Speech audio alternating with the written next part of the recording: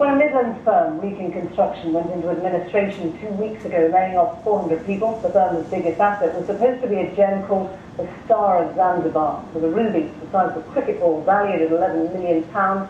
But it now turns out the man who had the ruby valued was an international con man who Newsnight had already exposed once 2 years ago after he tried to sell a fake cure for AIDS.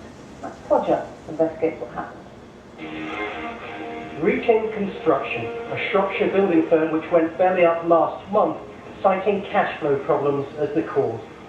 420 jobs were lost, and the local MP blamed the government for failing to rescue the company. It is, I think, an absolute scandal that ministers knew about this, that this was avoidable, and the government has done absolutely nothing to save jobs. On the surface, just another victim of the credit crunch, but then a local journalist started looking into the accounts and made a remarkable discovery. Certainly when you're looking into the accounts of any construction company that's collapsed, you expect to see diggers, dumper trucks, picks and shovels among the list of assets. And certainly what you never expect to see is an £11 million jewel known as the Gem of Tanzania or the Star of Zanzibar, or as it's become known in Shropshire as the Wrekin Ruby.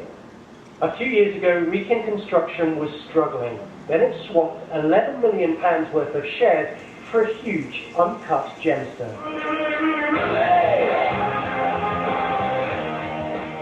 Overnight, the balance books went from red to black.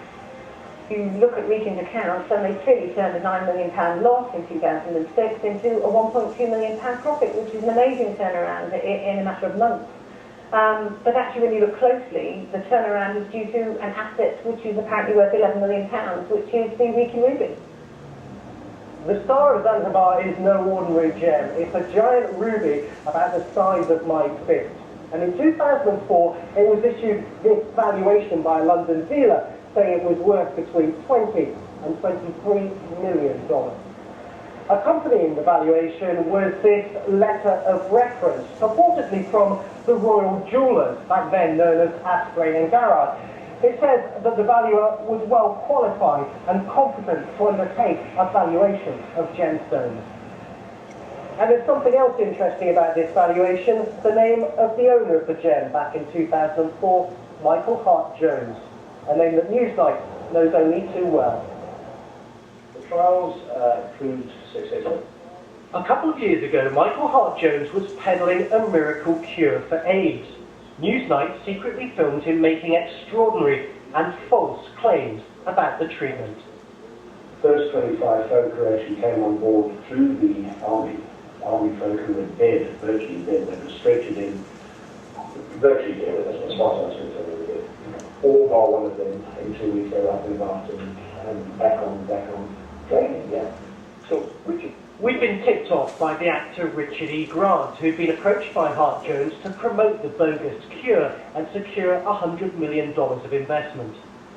What floors me is that the complete confidence of this snake oil salesman had to tell you that it's all saved within 2 weeks. You know, dead people are now Lazarus from the grave. Bullshit. And the actor was there when Newsnight's Paul Mason confronted the con man. Michael Hart Jones, it's Paul Mason here from BBC News now. All the discovery operators. What are you not saying we've got a cure? I'm sorry, it says here. No, we have a cure for AIDS. Well, we are working on a cure. Ah, right. Mr. Hart Jones, I spoke to Professor Michael Ardler, who's the top AIDS expert in England. Yes. And he said that this goat serum was basically snake oil. Well, then you have people who say that and people who don't say it. So this is the man who said Wrekin's Ruby was worth £11 million. We took that valuation to gem dealer Harry Levy.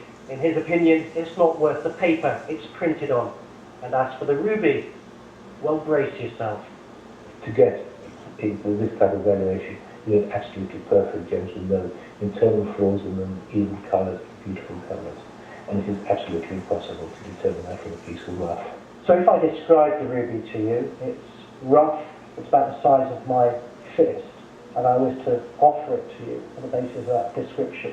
How much would you My first thought would be that stone of that size, they're fairly commonly found as corundum or red corundum, They could be of a strong red colour, they tend to be mauvish colour, but they tend to be opaque mostly, and they're used for carvings. And stones like that we would sell probably for £5,000. £5,000. Another estimate has put the value closer to £300,000. Wrekin Construction's administrators are currently having it examined. Beleaguered creditors await the results with bated breath. Not Roger there. Now, how could a sex attacker who had assaulted more than 70 women over the course of a decade remain at large some 4 years after he first became a suspect? Tonight, as Kurt Reeves